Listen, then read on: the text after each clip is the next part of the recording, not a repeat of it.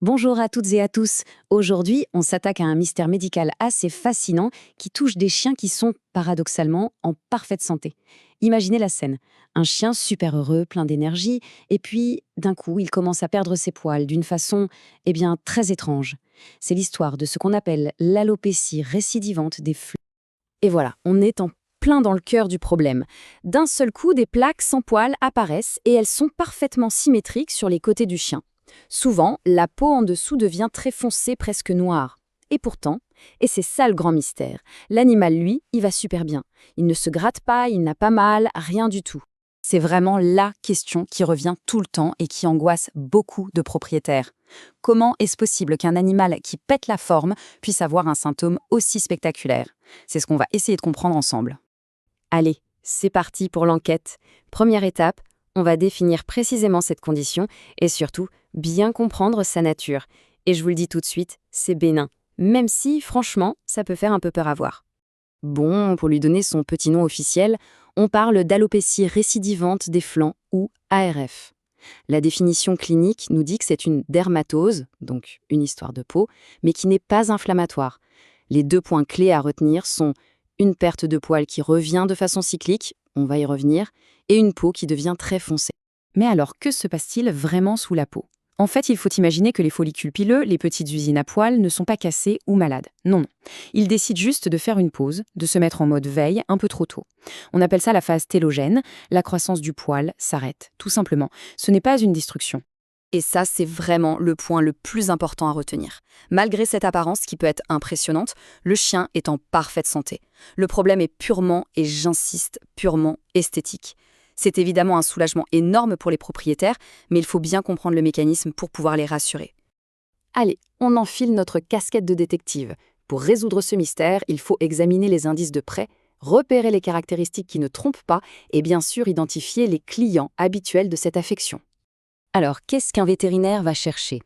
D'abord, l'emplacement. La perte de poils est des deux côtés, bien symétrique. On dit parfois que ça ressemble à une selle de cheval. Les plaques elles-mêmes ont des bords très nets, presque dessinés. La peau en dessous devient noire, mais sans aucune rougeur, et surtout sans démangeaison.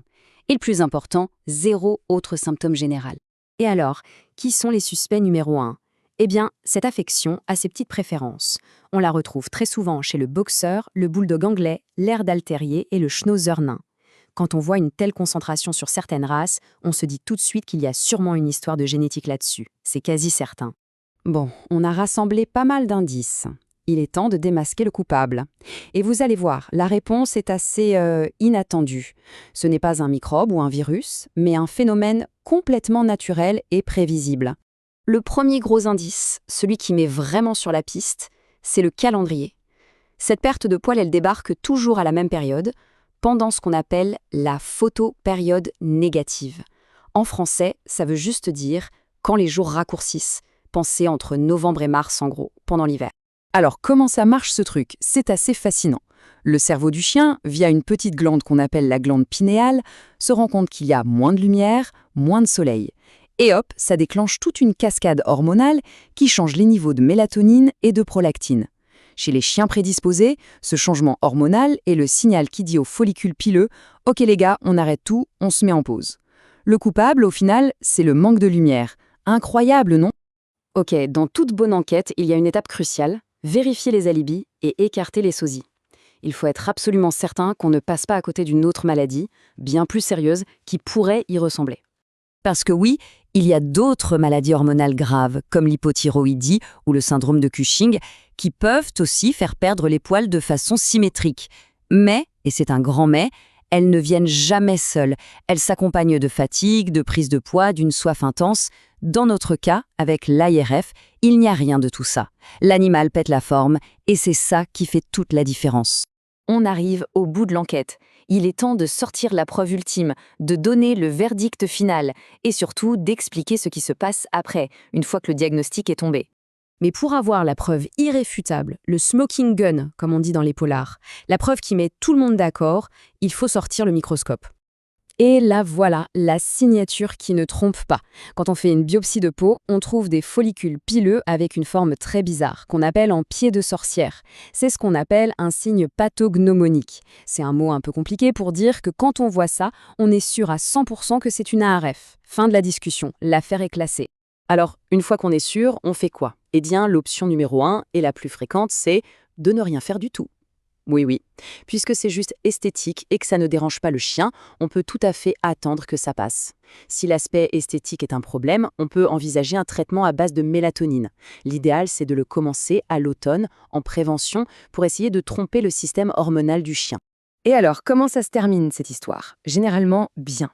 La bonne nouvelle, c'est que les poils repoussent souvent tout seuls avec le retour du printemps et des jours plus longs. Ça peut être un peu long, parfois de 6 à 12 mois. Il faut juste prévenir que parfois, le poil qui repousse est un peu différent, en couleur ou en texture. Et oui, comme son nom l'indique, cette alopécie est récidivante, donc il y a de fortes chances que ça recommence l'hiver d'après. Allez, pour résumer toute l'affaire en quelques secondes. On a des races bien précises, comme le boxer, ça arrive en hiver, les signes sont clairs, perte de poils symétrique, peau qui noircit, mais zéro inflammation.